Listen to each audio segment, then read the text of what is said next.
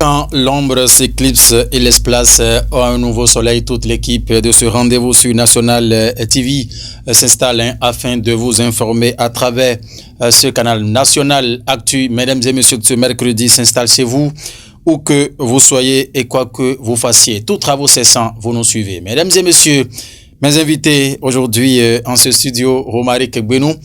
Il est de Priorité Communication. Romaric Benou, bonjour. Mathieu Medengoyi, bonjour. Merci d'être là. C'est un plaisir. En face de vous, cher René, dans ce domaine de la presse au Bénin, Gérard Noumbé. Gérard Noumbé, il est le directeur de publication du journal Le Chronomètre. Gérard Noumbé, à nouveau, bonjour à vous.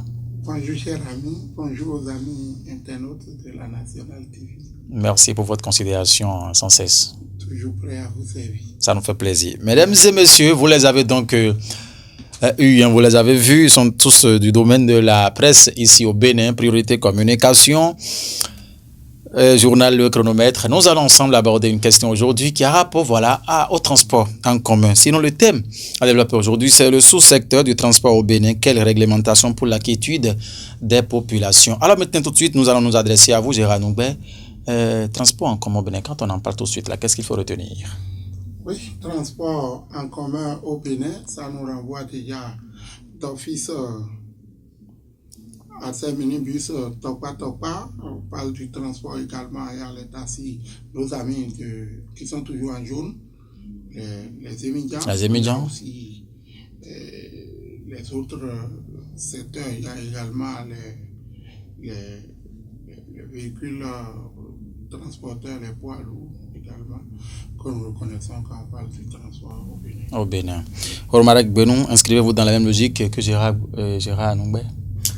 Oui, je m'inscris déjà dans sa logique. C'est vrai que il y a également, comme il l'a dit, les émigrants, les hommes qui font les émigrants, oui. N'est-ce pas, qui également sont comptés parmi les transporteurs en commun. Il y en a parmi eux, n'est-ce pas, qui évoluent avec 2 clients, bien des fois 3, même si dans le contexte actuel du pays, il y a la répression qui s'effectue au niveau de la police républicaine pour, n'est-ce pas, amener les émeutes à adopter le transport avec une seule personne, un seul client. Voilà.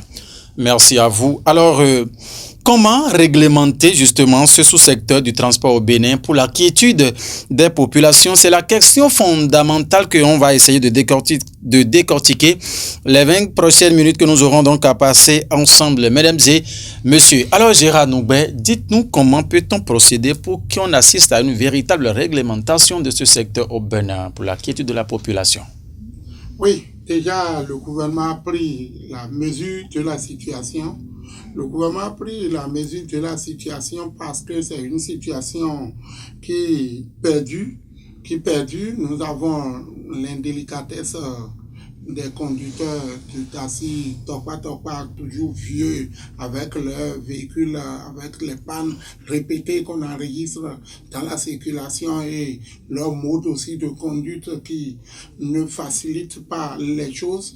Il y a également l'imprudence des véhicules, des gros porteurs qui également créent de n'importe quoi dans la circulation.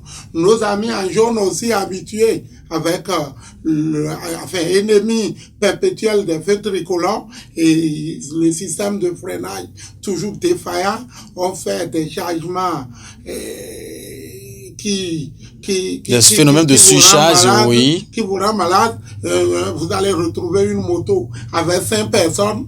C'est des vies humaines qu'ils transportent comme ça. Vous voulez également parler des amis en bleu? Oui, des amis en bleu. Voilà, ce tricot dépend de la ville.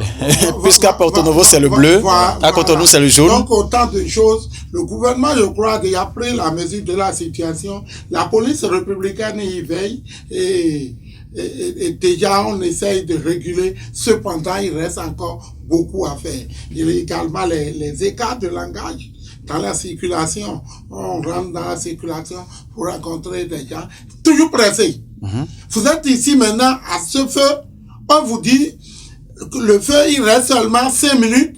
Quelqu'un commence à klaxonner derrière vous comme s'il est déjà l'heure et que c'est vous qui ne voulez pas décoller. Et de l'autre côté là-bas, l'autre n'a pas attendu l'heure et lui a commencé déjà pas circuler. L'autre également a vu l'heure passer déjà et il pouvait attendre, mais lui ne s'est pas attendu et il passe. Du coup, ces comportements créent tellement des cas d'accident dans nos circulations au point où on a tendance à croire que l'État ne fait rien, alors que l'État fait beaucoup de choses. Romarik Benou, vous avez suivi les détails, les développements tout à l'heure de Gérard Noumbé. Vous assistez à ça aussi parfois? Oui, vous avez demandé comment réglementer. Absolument, oui. Ce problème-là qui vraiment est un problème, est un fléau, voire désagréable pour une nation comme la nôtre. Vous savez, les émigrants en particulier, c'est des gens qui nous aident, qui aident la population, puisque tout le monde ne peut quand même pas avoir d'engin. C'est des gens qui sont à la disposition de la population pour les déplacer, les faire déplacer à n'importe quel endroit où ils vont. Mais il y a le problème avec les émigrants, ce n'est pas seulement le non-respect des feux tricolores. C'est d'abord l'inconscience. Excusez-moi de peu le thème. C'est d'abord l'inconscience et l'insouciance. Vous savez, lorsque vous sortez de votre maison un matin et vous dites, vous avez des enfants, vous avez une famille à nourrir et quand vous sortez, votre enfant, votre femme, la famille, tout le monde sait que vous êtes sorti de la maison. Oui. Ils s'attendent inévitablement à ce que vous rentriez. Bien sûr. Maintenant, vous, le Seigneur, Dieu vous a conduit jusqu'au dehors pour aller chercher, n'est-ce pas, le pain quotidien. Le pain quotidien. Pas seulement pour vous, mais pour votre famille. Au lieu de penser à ceux qui sont à la maison, vous sortez de la maison et peu, c'est vous qui voulez être le premier à passer, à circuler. Je crois que il faut d'abord, pour essayer de réglementer, commencer par sensibiliser. Ce n'est pas que est-ce que c'est sensibilisation ce n'est pas qui que manque? les sensibilisations manquent. Mais le béninois a une oreille tellement dure qu'il faut faire et refaire pour commencer par être répréhensible. C'est ce que moi je peux dire. Il faut d'abord commencer par là parce que ça touche à mal notre population, la jeunesse de notre pays. Vous apprenez que un jeune est décédé des suites d'un accident parce qu'il a été renversé par soit un autre conducteur, que ce soit à moto ou à véhicule. Je crois que il faut d'abord commencer par la sensibilisation et n'est-ce pas, plus tard commencer par être... Romarik Benou, vous avez en tout cas appris que la semaine dernière, il y a eu un accident mortel sur l'axe Cotonou-Porto Novo, à la hauteur de Semenkoji, beaucoup plus précisément, vous avez appris ça. Est-ce que cela dépend maintenant est-ce que la faute est aux usagers qui sont à bord de ce véhicule? Est-ce que c'est les conducteurs de moto qui en ont créé ou bien comment? Puisque selon les écrits qui ont circulé sur la toile, c'est qu'il y avait 3 gros camions devant, c'est-à-dire 3 gros porteurs. Le minibus voulant passer, comme vous l'avez dit à l'instant, étant pressé d'atteindre voilà, sa destination peut-être en temps record, a réussi à dépasser le premier, dépasser le deuxième, mais le troisième ne lui a pas fait cadeau. C'est une désolation et je voudrais profiter de cette émission pour témoigner, n'est-ce pas, de toute mon affection à ceux qui ont perdu des âmes chères au cours de cet accident qui vraiment n'est pas le premier dans notre pays depuis un certain temps. Je crois que, comme je l'ai dit tantôt, il faut sensibiliser et au-delà de la sensibilisation, des sensibilisations qui seront effectuées, il faut maintenant commencer par mettre en pratique le respect, essayer d'inculquer dans la tête du Béninois au quotidien que le respect des codes de conduite est inévitable. Parce que un mauvais dépassement, c'est comme ce qui s'est passé, vous êtes en train de dire, un mauvais dépassement d'un seul véhicule peut causer coûter la vie à plusieurs personnes, plusieurs passagers. C'est ce qui s'est passé. Moi, j'ai vu circuler des images à propos et vraiment j'étais abattu. Des images vraiment choquantes. Parce qu'ils sont sortis pour chercher à manger. Pour le pain quotidien. Et malheureusement. Vraiment, il faut que c'est pas que le gouvernement, Mathieu, c'est pas qu'ils ne sont pas en train de travailler dans ce sens. Mais il faut maintenant peut-être reprendre, comme je le dis, j'en reviens toujours, la sensibilisation et maintenant commencer par apprendre aux populations ce qu'est le respect des codes de la conduite. C'est très important. Gérard Noumbé, il faut Sensibiliser. Oui, il a parlé, je l'ai dit tout à l'heure, le gouvernement fait déjà beaucoup. Il faut peut-être maintenant alourdir la sanction. Il faut peut-être alourdir la sanction et permettre aux faussaires ou à ceux qui se comportent d'une manière ou d'une autre dans la circulation, il faut qu'ils soient durement sanctionnés pour que à l'avenir, ils ne puissent pas se comporter ainsi. Les minibus Tokpa comme nous avons l'habitude de les appeler. Souvent, les auteurs ou les propriétaires, c'est encore des policiers. C'est des agents de la police républicaine. Et quand vous les arrêtez ici, il suffit que leur patron appelle de l'autre côté et on libère le véhicule que la police a libéré. Ou bien, un véhicule commet une infraction. Moi, je revenais de Cotonou et ma voiture un minibus m'a été à hauteur de PK10. J'ai fait l'effort de le rattraper à hauteur du pont. J'ai demandé aux policiers, on l'a arrêté, mais la suite, je sais, ça n'a pas donné grand chose. Ça veut dire quoi? Ces gens-là ont d'autres soutiens. Mais on ne peut pas aujourd'hui, il faut taper dans la fourmilière, il faut pouvoir réglementer les choses, il faut pouvoir aller faire ça. L'autre côté également, puisque nous sommes ici sur un plateau où il faut dire la vérité. Il faut dire la vérité. Et nous avons Rien fait que la vérité. de dire la vérité, de dire ce qui ne va pas, ce qui crée les trucs. C'est que les gens aillent désormais à une école de conscience. Qu'on commence désormais par sensibiliser les gens sur d'abord leur propre vie. Sur leur propre vie, mais non seulement ça, mais aussi sur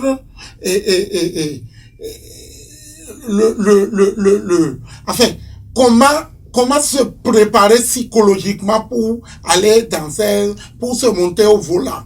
Parce que souvent, c'est des gens qui ont des problèmes de tête, c'est des gens qui n'ont pas mangé peut-être le matin. C'est pourquoi, sociologiquement, quand vous rentrez dans la ville et que vous vous promenez dans la rue, vous allez retrouver que le matin, les gens ont l'air normal. Les émigrants comme les conducteurs, tout le monde est souriant. Parce qu'on espère que tout à l'heure, avant peut-être midi, on aura beaucoup de chiffres d'affaires. Pour répondre à la charge des enfants qu'on a à la maison. Pour payer le propriétaire également. Pour payer le propriétaire ou pour régler des problèmes. Peut-être c'est la fin du mois. Mais à partir de 11h, à partir de 11h, quand rien ne rentre dans la poche, tu rencontres le monsieur, tu ne lui dis rien. Il est dans les feux, c'est lui qui klaxonne, alors même qu'il n'est pas l'heure. Et tu regardes, tu dis, imbécile, quitte-moi, raconte-moi ça. Ils sont identifiés pour la plupart par leurs injures, ou par leur système de freinage, ou par même la façon dont il est pressé pour dépasser le feu. Tu vas savoir que ce monsieur, quelque chose brûle à la maison. C'est la même chose quand tu les reprends encore à partir de 16h, parce qu'il perd l'espoir que le soir, il n'y a pas quelque chose à manger. Donc, tous ces problèmes-là devraient être un objet de sensibilisation et les organisations de la société civile, les ONG et autres qui s'occupent de ce secteur et ont encore du boulot à sensibiliser les gens à une préparation psychologique que même ils doivent avoir depuis la maison avant de se mettre sur la route. Quant aux faussaires ou récidivistes, l'État central doit pouvoir les sanctionner à la mesure de la forfaiture pour que les gens, pour décourager les gens, pour leur permettre de commencer à respecter les codes de la route. Mathieu, il y a aussi un aspect qui parfois pour moi me fait mal. Vraiment, vous allez constater que lorsque vous rentrez, soit de Cotonou, ou bien de Calavi pour Porto, ou bien lorsque vous allez là-bas, les gens qu'on appelle communément Tokpa, ce sont des personnes qui veulent remplir inévitablement leur moyen de déplacement. Leur bus, leur minibus. Et quand vous êtes à moto, vous constatez que la personne freine brusquement devant vous. Et si vous ne savez pas faire... À un moment, vous ne vous y attendez pas. On ne s'y attend jamais. Leur manière de freinage, on ne s'y attend jamais. Et lorsque vous ne faites pas un peu attention, ils vont vous ramasser. Moi, la dernière fois, j'étais dans un véhicule. Avec le taxi? Dans un taxi, oui, dans un taxi. Non, c'était pas un taxi. Voilà. Pardon, c'était un véhicule personnel. Personnel, ok. Et le monsieur, il voulait charger, il voulait prendre des clients, il faut le dire. Et il n'a pas de clignotant. Voilà encore un problème. Ils n'ont pas les outils nécessaires du véhicule pour signaler que voilà, je vais freiner à tel endroit, je vais freiner Le gars, il freine seulement, il entre dedans. Si le chauffeur qui était au volant du personnel n'était pas un peu habile, il allait nous ramasser. Il allait vous ramasser. Et ce sera encore. Vous avez suivi les images la semaine dernière, non, de cet accident sur l'axe Cotonou-Porto Novo. Oui, voilà, vraiment triste parce que ce que nous avons toujours vécu des situations du genre. C'est pas parce que ça s'est passé la fois dernière que nous parlons, mais c'est parce que ça a continué. C'est devenu perpétuel et tout le temps on en parle. On ne peut pas continuer par ne pas en parler parce que ça continue. Ça continue, ça c'est des vies humaines que nous perdons. Le drame qu'on a appris à Tassa, par exemple, c'est souvent ces drames-là, c'est souvent lié à l'insouciance ou la non-maîtrise des codes de la route. Et parfois, on a sommeil, on est déjà fatigué. On a sommeil, mais au lieu de dormir, se reposer un peu, on tente toujours d'y aller, on court vers ça. Nous avons appris des minibus qui ont renversé des gens dans la lagune de Porto Novo, à partir du pont là, dans ce pays. Oui. Et nous avons vu ce que ça a occasionné. Les gens n'ont pas de tête. Pourquoi il est temps que nous commençons à rééduquer les nôtres? Et moi, je pense aussi que ceux qui sont dans la promotion des transports routiers là, je ne veux pas parler des émigrants, mais tout au moins des conducteurs de véhicules doivent pouvoir désormais recevoir un agrément de l'État ou quand ils veulent le faire, ils puissent subir aussi une certaine conscientisation où ils puissent être suivis par l'État central. Parce que quand ils ne sont pas suivis, c'est eux souvent qui créent la question. Le monsieur se lève depuis le matin. Il est parti, il n'a pas reçu de clients, il n'a pas chargé grand chose, mais il a la pression de son propriétaire derrière où il doit verser tel montant. Les propriétaires qui sont les responsables des institutions. Oui, tel montant. Pour la plupart. Le pauvre chauffeur lui-même qui traîne 4 à 3 femmes à la maison avec un nombre pléthorique d'enfants. Ne sait pas comment il va faire pour nourrir tous ses enfants. Pendant ce temps, il a ses belles-mères et ses beaux-parents autour, ses propres parents à lui-même, parce que tous ces gens, ils créent souvent le manque de sommeil la nuit. Et dans la journée, il n'a plus le temps de dormir, il rentre dans des trucs de dopage, on prend des produits, il y a des trambols, des tramazoles, des machins qu'ils prennent dans les médicaments. Vous en savez beaucoup plus. Le système de pour se renforcer, on prend même du café avec du citron. Il dit mettre des trucs, on met tout ça là pour avoir la force physique d'aller. Quand tu parcours les ghettos, tu vas voir souvent les émigrants, nos amis émigrants, tu vas voir les produits qu'ils prennent. Ce n'est pas un mensonge. C'est des produits qu'ils prennent pour se doper, pour être fort physiquement. Il y a des émigrants que nous connaissons et de 5 heures du matin jusqu'à 0 heure, on dit qu'on n'a pas dormi. On n'a même pas passé un peu de temps pour se requinquer, pour reprendre ses forces. Et on est dans la circulation. Qu'est-ce qu'on recherche? L'argent. Parce que on a tellement de charges, on a tellement de situations à régler, on a tellement, et on est tellement pressé qu'on remet toute une vie en danger. Et c'est grave. C'est très grave. C'est grave. C'est une désolation, il faut le dire. Et vous savez, moi je vais dire que ce n'est pas les sensibilisations qui manquent, même si à l'entame je disais qu'il en faut encore plus. Parce que après le drame de Dassar, celui que nous avons connu en début d'année, qui a éveillé vraiment tous les regards. Je crois que le gouvernement avait pris beaucoup de mesures. Ce n'est pas les mesures qui manquent en fait. Et qu'est-ce qui se passe selon vous? Voilà. Le gouvernement a mis en place plusieurs mesures pour le sous-secteur du transport. Mais est-ce que à la suite, il y a eu de suivi? Qui sont ceux qui contrôlent? Ah non, il y a de suivi. La police contrôle. Parce que quand la police pose un acte aujourd'hui, c'est tout le monde qui crie pour dire, oh, ces gens-là, lorsque vous prenez le tronçon, d'accord, le tronçon de Porto Novo, à partir du pont, en passant par Ganvidopo, avant d'aller dans ces, mais je crois, il n'y a pas de policiers sur cette voie. Non, je crois que cette responsabilité incombe à toi et à nous, à tout le monde. À tout le monde d'ailleurs, à tous usagers de la route. À partir de ta maison déjà, oui. Commence à conscientiser les gens qui sont autour de toi. La police ne peut pas être un gendarme derrière nous tout le temps, même pour de petites choses. Mais maintenant, je crois que l'État central devait doter la police d'autres pouvoirs pour qu'on ait les moyens de sanctionner, qu'il sanctionne durement. Il faut voir le contrôle des radars sur la route. Nous avons vu des gens qui ont commencé à déplorer que les radars composent sur les voies, que c'est des faux trucs où ils ne parcourent pas, où ils ne roulent pas à une certaine vitesse. Ou bien, on sait qu'il y a un radar là-bas. Le monsieur court. Toi, tu le racontes, tu dis, radar, roule doucement. On lui vend la mèche. Parce qu'au Bénin, nous avons l'art d'être complices du mal.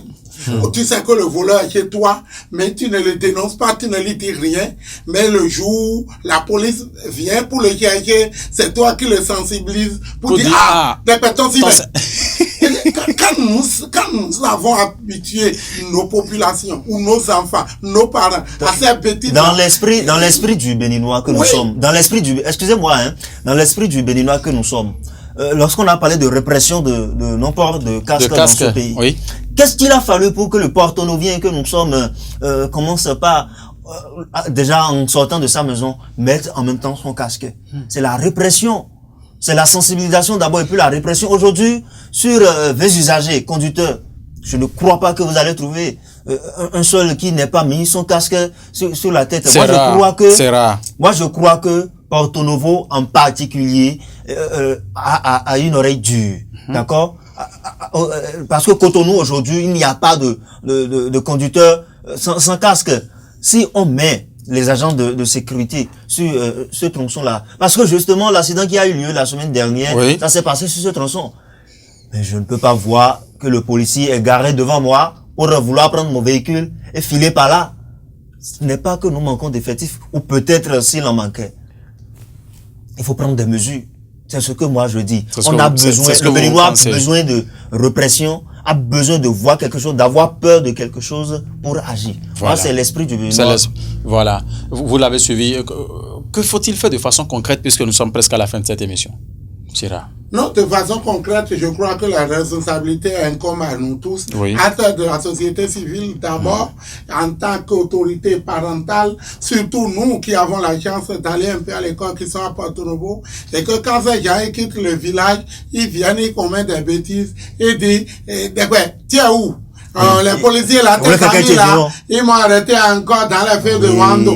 Si nous allons tout le temps, si nous cherchons tout le temps à jouer à l'intervention, à vouloir régler ces problèmes là, je crois que nous les encourageons déjà à rentrer dedans. Et parfois c'est des gens qui font preuve des écarts de langage, qui insultent les policiers. Et ils vous disent le tout puissant que vous êtes, que vous venez, que vous allez les défier maintenant.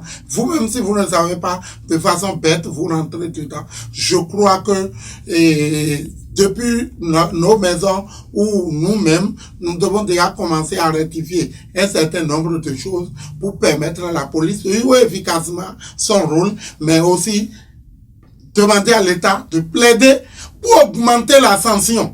Puis quand la sanction, plus la sanction est due, les gens vont commencer désormais à rentrer en truc. Et puis, à part tout ça là, nous devons aussi apprendre à laisser nos problèmes à la maison pour vivre un peu. Sinon, si tout le temps c'est toi qui vas penser à tel n'a pas mangé, tel n'a pas fait ceci, alors que quand tu trouves le peu d'argent là, on court pour aller vers les accords, les cérémonies ruineuses, et on ne pense plus à économiser le peu de sous qu'on gagne, et de sorte que on est même dans du suivisme aveugle, on fait de la bêtise, dans du conformisme, parce que les gens le font, je vais le faire, et ça nous ruine, mais on ne veut pas aller à l'école de notre conscience pour savoir économiser, pour aller commencer à développer l'économie locale et savoir comment économiser à partir du peu de zème que nous faisons. S'il y a toutes ces bêtises-là, je crois que tout le temps, dans la rue, on va toujours assister à ça. Votre mot de conclusion, s'il vous plaît. C'est déjà dit merci à l'opportunité que présente National TV parce que ça constitue, n'est-ce pas, une sensibilisation. Il faut continuer dans ce sens. Et j'invite tout de même les populations, tous ceux qui nous suivent, n'est-ce pas, à prendre conscience d'abord de leur vie et à prendre conscience de la vie de tous ceux qui leur sont chers. Parce que ceux qui sont décédés, c'est également des proches à nous tous. Nous tous. Merci à vous. Mesdames et messieurs, celui qui s'impose à la pause s'expose à la dose. Si tel est le cas, mesdames et messieurs, il faut que les dispositions idoines soient prises depuis la maison, comme l'a souligné mes débatteurs en studio, afin d'éviter ces drames auxquels nous assistons sur nos axes routiers. Prudence à tout un chacun, un de nous en route, et il faut que le respect du code de la route soit également une priorité pour nous, puisque Romaric l'a souligné tout à l'heure. Gérard Numba est revenu sur ce qu'il faut faire afin de laisser les problèmes à la maison. Si ta femme a mal parlé la nuit, le matin, ce n'est pas sur les usagers qu'il faut donc déverser cette colère. Prenons les dispositions qui s'imposent afin que notre coabo, voilà, ne reste pas en cours de route pour qu'on vienne crier, si je savais. Portez-vous bien, mesdames et messieurs. Guillaume, merci, c'est bon, on peut fermer, non? Rendez-vous demain par la grâce de Dieu. Portez-vous bien une fois encore. Au revoir.